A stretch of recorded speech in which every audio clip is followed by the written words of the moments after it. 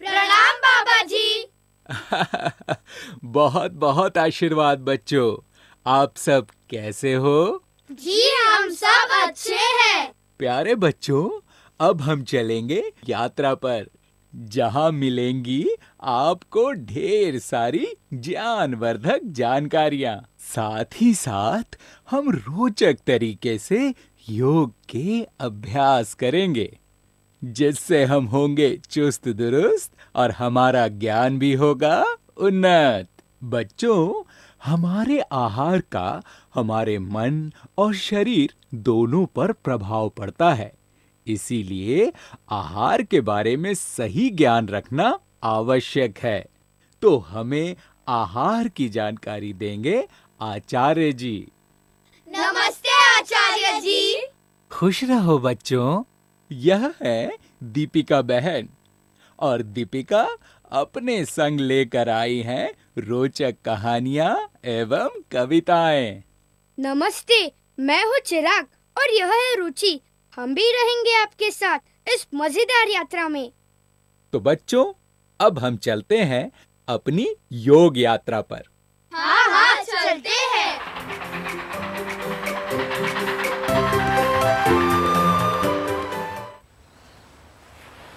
स्मरण शक्ति और ज्ञान को बढ़ाने के लिए जिस मुद्रा का प्रयोग किया जाता है, उसे ज्ञान मुद्रा कहते हैं। आराम से सुखासन, वज्रासन या पद्मासन में बैठ जाओ। अब अंगुष्ठ और तर्जनी उंगली के आगे के भागों को आपस में मिला लो और शेष तीनों उंगलियों को सीधा रखो। हाँ, ऐसे। कम से कम 5 से 15 मिनट इस मुद्रा का अभ्यास अवश्य करो। ज्ञान मुद्रा से बुद्धि का विकास होता है, स्मरण शक्ति बढ़ती है और पढ़ाई में मन लगता है। स्वभाव में परिवर्तन होता है।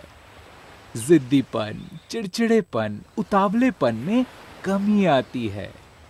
मन शांत और प्रसन्न रहता है। मस्तिष्क के स्नायु शक्तिशाली बनते हैं। सिर दर्द एवं अनिद्रा यानी नींद न आने का रोग दूर होता है। बच्चों, अब हम करने जा रहे हैं यौगिक जॉगिंग, जो पूरे शरीर को तरोताजा बनाएगा। यौगिक जॉगिंग में आगे पीछे, किनारे झुकने, बैठने, चलने एवं कूदने की 12 क्रियाएं की जाती हैं। हर एक क्रिया को 5 से 10 बार करना है। यह क्रियाएं श्वास प्रश्वास का ध्यान रखते हुए की जाती हैं। कोई भी क्रिया में पीछे जाते समय सांस अंदर भरना है और वापस आते समय सांस बाहर छोड़ना है। इस अभ्यास को करने में 10 से 15 मिनट का समय लगता है। आओ, रुचि को देखते हुए सीखते हैं यौगिक जॉगिंग।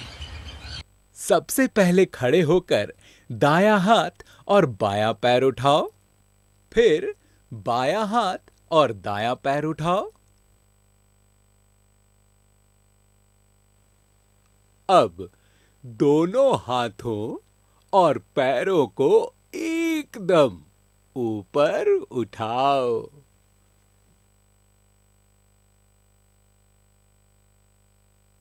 अब दोनों हाथ कमर पर, बारी बारी पैर को घुटने से मोड़ते हुए ऊपर उठाओ। अब बैठक की स्थिति में घुटनों को मोड़ते हुए नीचे और ऊपर करो।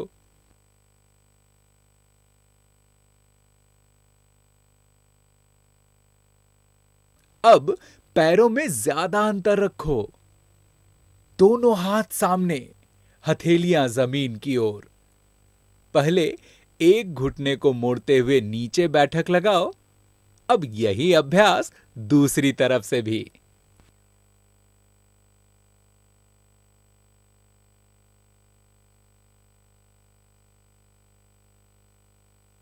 अब सीधे खड़े हो जाओ, दोनों हाथ कमर पर, अपने दाईं ओर मुड़ो और दाएं पैर को मोड़ते हुए नीचे बैठो।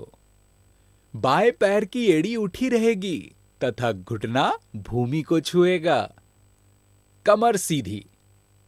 अब यही अभ्यास पैर बदल कर करो।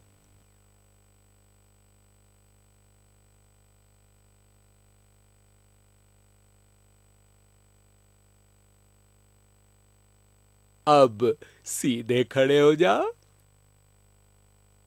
दोनों हाथ सामने, हथेलियां एक दूसरे के सामने।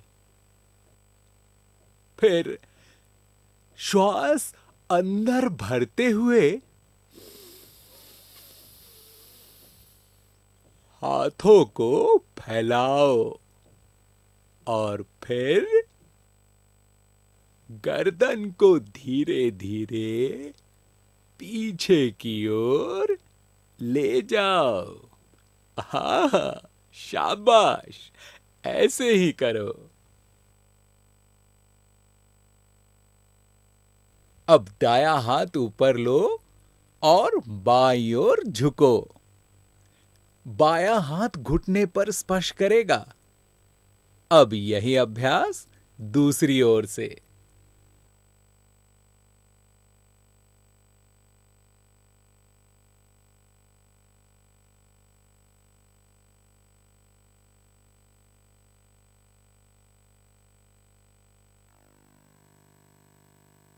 अब हाथों को फैलाओ, कमर से आगे झुकते हुए दाएं हाथ की अंगुलियों को बाएं पैर के पंजों से स्पर्श करो और बाएं हाथ की हथेली को देखो। फिर यह अभ्यास दूसरी ओर से भी करो।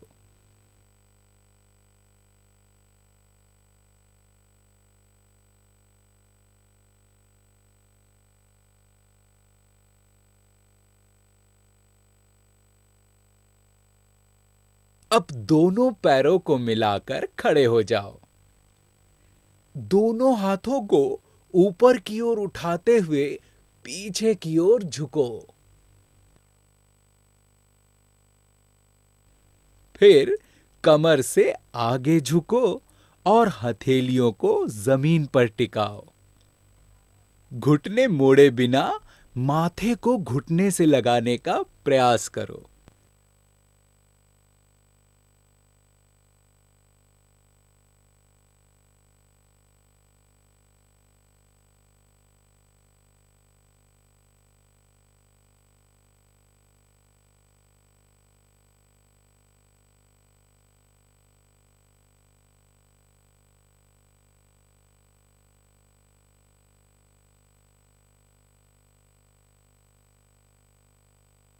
अब दोनों पैरों और हाथों को खोलकर सीधे खड़े हो जाओ।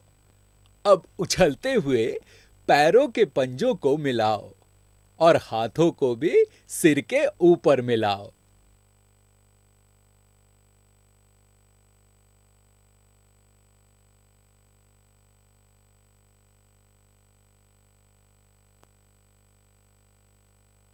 अब दोनों हाथ सामने, पंजों पर उछलते हुए दोनों पैरों को दाईं ओर घुमाओ। साथ ही दोनों हाथों को बाईं ओर। दायां हाथ सीधा रहेगा और बाएं हाथ की कोहनी मुड़ेगी। यही अभ्यास दूसरी ओर से भी करो।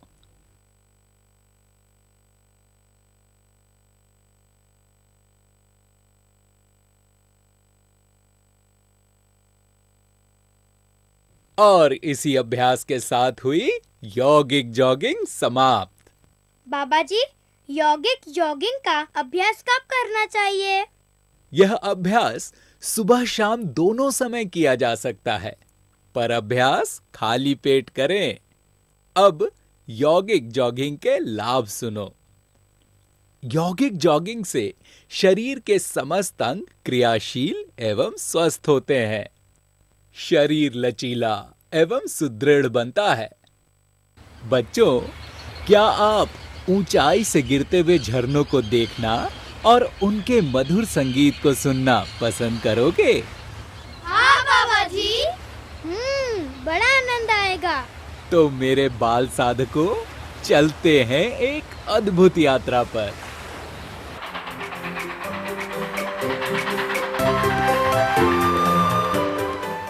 वाह, कितना तेज पानी गिर रहा है। हाँ, और पानी की आवाज भी कितनी जोर से आ रही है। बाबा जी, यह हम कहाँ आ गए हैं? बच्चों, यह खंडाला के प्रसिद्ध झरने यानी वाटरफॉल्स हैं। बाबा जी, इन्हें किसने बनाया है? यह तो प्रकृति की देन है। बारिश का पानी पहाड़ों से गिरता है और मनमोहक झरने का रूप ले लेता है। सच में बहुत ही सुंदर एवं आश्चर्यमय है। तो इस मनमोहक स्थल पर हम प्राणायाम के कुछ अभ्यास करेंगे। बच्चों, प्राणायाम योग का चौथा अंग है। यह 2 शब्दों से मिलकर बना है, प्राण और आयाम। प्राण का अर्थ शरीर में संचरित होने वाली वायु से है तथा आयाम का अर्थ नियंत्रण से है। इसका अर्थ प्राण यानी श्वास की प्रक्रिया को नियंत्रित करना है। शाबाश! प्राण के नियंत्रित होने से शरीर के रोगों को दूर किया जा सकता है। पर बच्चों, प्राणायाम करने से पहले इसके नियम और सावधानियां जानना बहुत आवश्यक है। प्राणायाम सुबह सूर्योदय के समय और शाम को सूर्यास्त के समय करना ज्यादा उपयुक्त है। साफ सुथरे, हवादार और खुले स्थान पर ही बैठकर प्राणायाम करना चाहिए। नदी, तालाब, बगीचा, गार्डन आदि के पास अभ्यास करना सबसे उपयुक्त है। लेकिन बैठने का स्थान ऊंचा नीचा न होकर समतल होना चाहिए। शहरों में जहां प्रदूषण का अधिक प्रभाव होता है, वहां प्राणायाम करने से पहले घी, अगरबत्ती या धूप यानी गुग्गुल से उस स्थान को सुगंधित कर लेना चाहिए। बैठने के लिए कंबल, दरी एवं चादर आदि नरम वस्त्रों का प्रयोग करें।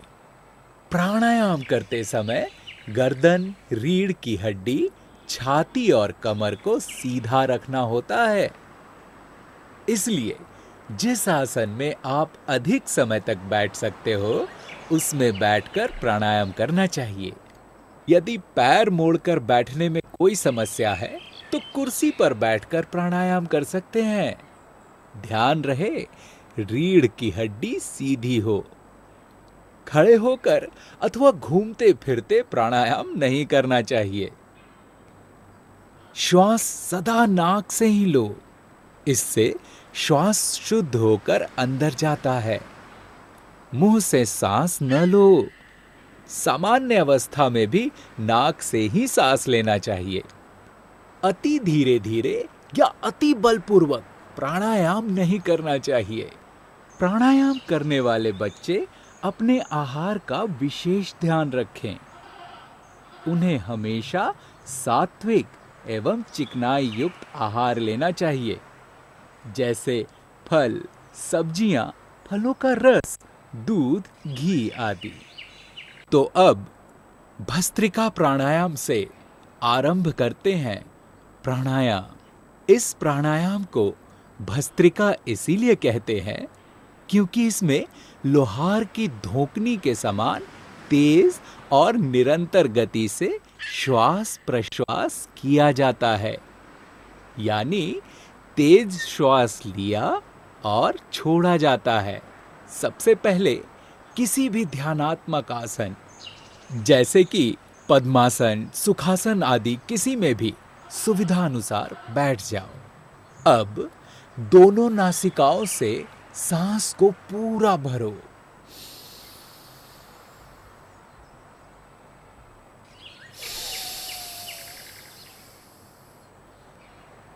और फिर सांस को बाहर भी पूरी शक्ति से छोड़ो। अब यही क्रिया दोहराते रहो। इसी को भस्त्रिका प्राणायाम कहा जाता है। इस प्राणायाम को अपने शरीर की क्षमता के अनुसार 3 प्रकार से किया जा सकता है। मंद गति से, मध्यम गति से एवं तीव्र गति से।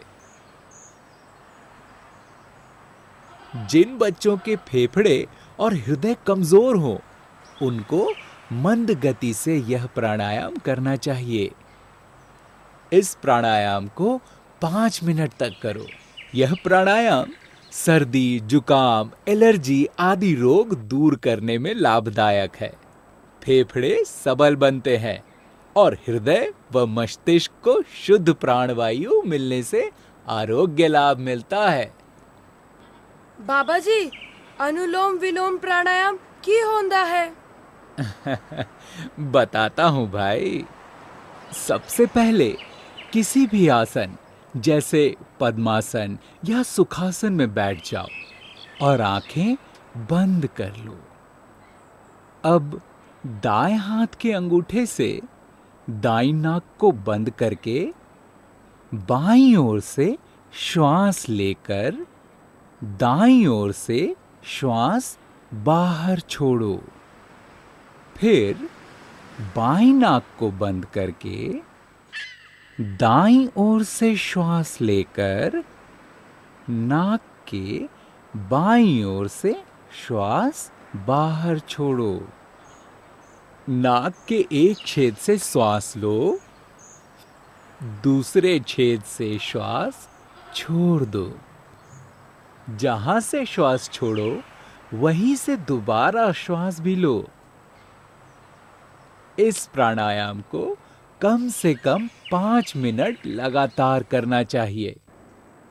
अनुलोम विलोम प्राणायाम करने से शरीर की समस्त नाड़ियां शुद्ध होती हैं, जिससे शरीर स्वस्थ, सुंदर और बलवान बनता है। हृदय एवं फेफड़े स्वस्थ एवं निरोगी बनते हैं। मस्तिष्क की सक्रियता बढ़ती है और एकाग्रता एवं स्मरण शक्ति भी बढ़ती है। तो बच्चों, अपनी ये मजेदार यात्रा अब समाप्त होती है।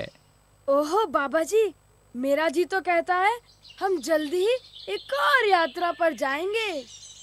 बच्चों, आप सबको बहुत बहुत प्यार और आशीर्वाद। हम फिर मिलेंगे। आज हमने क्या सीखा? ध्यान मुद्रा से क्या लाभ होता है?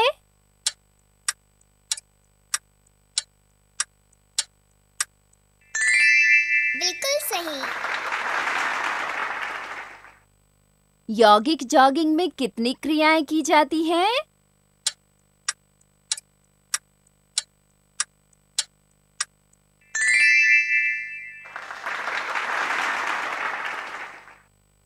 सही जोड़े बनाओ।